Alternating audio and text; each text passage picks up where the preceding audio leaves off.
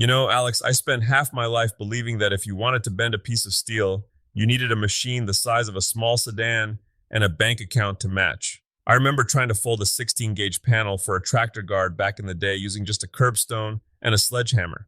By the time I was finished, it didn't look like a guard. It looked like a crumpled soda can that had been through a car wash. Please tell me the curb won that fight. The curb is still there. My dignity, still somewhere in the gutter. But that's the myth, right? That metal is this immovable object unless you've got $10,000 in hydraulics sitting in the corner of the shop. It is definitely the gatekeeper of the maker world. Most people see a sheet metal brake price tag and decide they're just going to stick to plywood forever. But we've actually been digging into some ways to bypass the heavy iron entirely. Exactly. You don't need a press brake to get a crisp 90-degree corner. Heck, you don't even need a blowtorch half the time if you're smart about it. Today, we're talking about bending and cutting metal with what you've already got, and maybe a few tricks that feel like cheating, but aren't. So, let's start with the cheating part, because I actually tried that paper cut trick you mentioned earlier, the one where you use the laser cut relief lines. Oh, the voodoo method. It really does feel like voodoo. If you're getting parts laser cut, which honestly for a lot of us is cheaper than buying a whole mill, you can design these little slots right into the bend line. It's like turning steel into a perforated notebook page. That's a great way to put it. Think about a postage stamp. It wants to tear where the holes are. With metal, we're not tearing, we're pivoting. If you design a series of bridge and slot cuts along your seam, you're basically telling the metal exactly where its midlife crisis is going to happen. It has no choice but to fold right there. But there's a science to the gap, right? You can't just hack it. No, you'll end up with a piece of lace that snaps off in your hand. The secret sauce is usually making that gap about half the thickness of the material.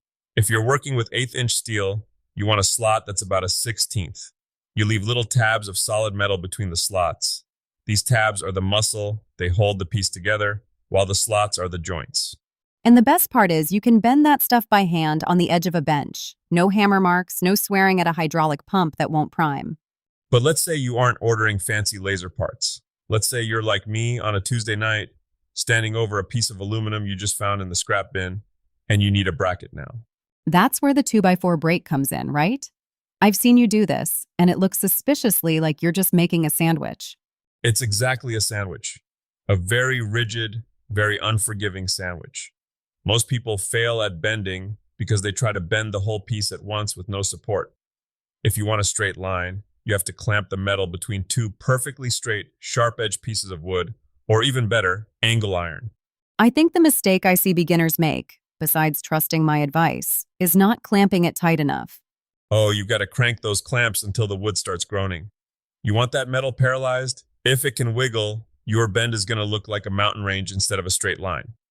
Once it's locked down, you don't just push it with your thumbs. You take a third piece of wood, press it against the protruding metal, and use that as your lever to distribute the pressure evenly. It's like a giant hinge made of scrap lumber. I've seen people do this with 10-foot-long sheets of flashing. It's surprisingly elegant for something that costs $3 in pine. It's honest work, but you have to watch out for springback. Metal is a bit like a stubborn toddler. You push it where you want it to go, and the moment you let go, it tries to retreat a few degrees back to where it was comfortable. So you have to overbend it? Just a hair. If you want a 90, you might have to aim for 92 or 93. You'll feel it. There's a moment where the metal yields, where it stops fighting you and accepts its new life as a corner. What about the really thick stuff? I know we're talking without machines, but at some point muscle isn't enough. That's when you bring in the poor man's mill, the angle grinder. If I'm trying to bend 1/4-inch plate without a 50-ton press, I'll take a thin cut-off wheel and score a line about 2/3 of the way through the metal. Wait, isn't that just weakening the part? Well, yeah, that's the point. You're performing controlled surgery. Once you've got that kerf or groove cut, you can bend it with a pair of pliers. Then, and here's the crucial bit, you take your welder and run a bead right down that groove to fill it back in. You've basically replaced the metal you cut out with fresh weld. It's strong, it's precise, and it doesn't require a gym membership to pull off. Speaking of grinders, cutting is the other half of this battle. Everyone loves the Spark Show, but I've seen some truly terrifying shapes cut into metal that were supposed to be straight lines. A grinder is a bucking bronco if you don't respect it. My biggest tuition payment in the shop was thinking I could freehand a long cut in 14-gauge steel just by following a Sharpie line. The wheel caught a burr, the tool jumped, and I ended up with a jagged scar across the workpiece and a very expensive hole in my favorite boots. At least it was just the boots. Seriously, the trick for straight cuts isn't a steady hand, it's a guide. Clamp a straight piece of scrap slightly offset from your cut line.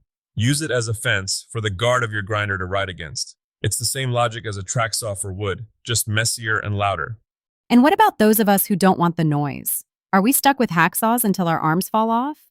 God, I hope not. I've spent enough hours behind a hacksaw to know that's a path to madness.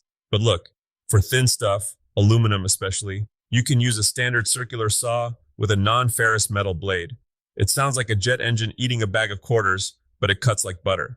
A jet engine eating a bag of quarters. I'm stealing that.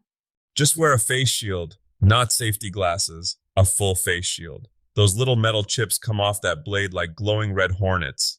I think the underlying theme here, Tiger, is that expensive is usually just a shortcut for convenient. That's exactly it. A press brake is a magnificent machine. It saves time. But at the end of the day, metal is just a material with a specific set of rules. It has a grain, it has a breaking point, and it has a memory. If you understand those three things, you can manipulate it with a hammer, a piece of wood, and enough patience. It's about not being intimidated by the industrialness of it all. Right, I remember helping a neighbor fix a fender on an old Willys Jeep. We didn't have a roller to get the curve right. We ended up using the trunk of an oak tree in the backyard and a rubber mallet. We just kept massaging it against the bark until the radius matched. It wasn't precise by aerospace standards, but it fit that Jeep perfectly. There's something poetic about using a tree to fix a truck. It's the maker's way. Use what's under your feet to solve the problem in your hands. So, for the folks listening who are staring at a flat sheet of steel and feeling stuck, what's the first move? Don't overthink the right way. Grab some scrap, clamp it to your bench between two pieces of wood, and just try to move it. Feel how the metal resists, feel how it gives. You'll learn more in 5 minutes of struggling with a piece of angle iron than you will in 5 hours of browsing tool catalogs. And maybe keep your boots away from the grinder. Especially the boots. Those are hard to replace. Thanks for the shop talk, Tiger. I think I'm actually going to go try that jet engine circular saw trick. Wish me luck. Face shield, Alex. I mean it. If you come back with no eyebrows, I'm telling everyone you did it on purpose.